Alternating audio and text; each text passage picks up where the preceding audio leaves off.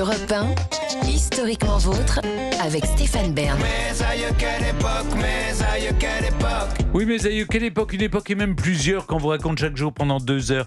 Toujours avec Jean-Luc Lemoyne, David Castel-Lopez, qu'on retrouve dans un instant, et maintenant avec vous, Olivier Pouls, notre guide culinaire vivant et même bon vivant.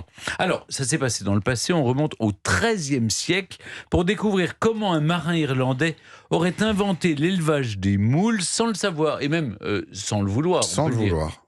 J'ai une question. Quoi de plus réjouissant que de déguster la chair fine et délicate d'une moule, vous savez, ce mollusque qui livre alors des saveurs douces, noissetées, finement iodées. J'ose l'affirmer ici, quitte à prendre le risque de me fâcher peut-être avec certaines personnes, les moules comptent parmi mes aliments préférées. Et alors, lorsqu'en plus elles sont accompagnées avec des frites, bon bref, je m'égare. Visiblement, je ne suis pas le seul à aimer ça, car depuis la nuit des temps, les hommes ramassent des moules le long des littoraux et les consomment avec plus ou moins de bonheur. Vous allez le voir, j'y reviendrai. Et lorsque vous achetez des moules en France, la saison, c'est les fameux mois en re, vous savez très bien, qui débutent au mois de septembre. Celle qui tient la corde, si on peut dire, c'est la fameuse moule de Bouchot.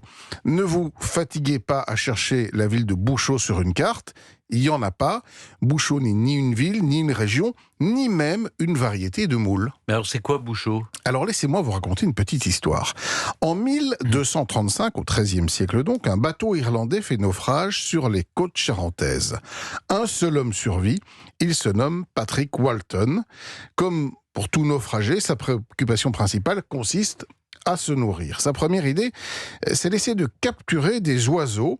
Alors il récupère des grands pieux en bois qu'il plante dans la mer et il tend des cordes entre ces différents pieux, bricole une espèce de filet en se disant les oiseaux vont bien finir par s'accrocher dedans, là je pourrais les attraper, les tuer et les manger. Mais les oiseaux ne sont pas si idiots que ça et en fait le piège ne fonctionne pas du tout. En revanche, il constate que lorsque la marée descend, que lorsque la marée est basse, la partie immergée des pieux qui ressort est colonisée par des centaines de moules qui s'y sont accrochées.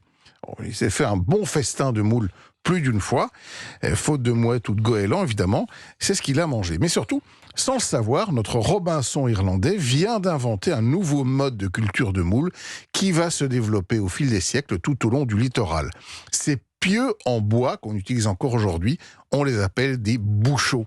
Donc voilà donc pourquoi les moules sont plus idiotes que les oiseaux. Probablement. C'est ça. Ouais, elles sont attirées par ces pieux en bois.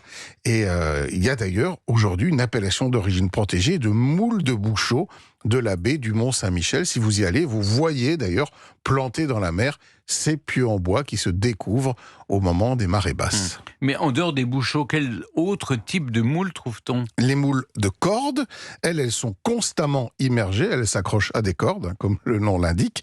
Et puis les moules sauvages, évidemment, qui sont pêchées, elles, par des bateaux, qui raclent les fonds marins. Et là, c'est pas toujours top pour la biodiversité.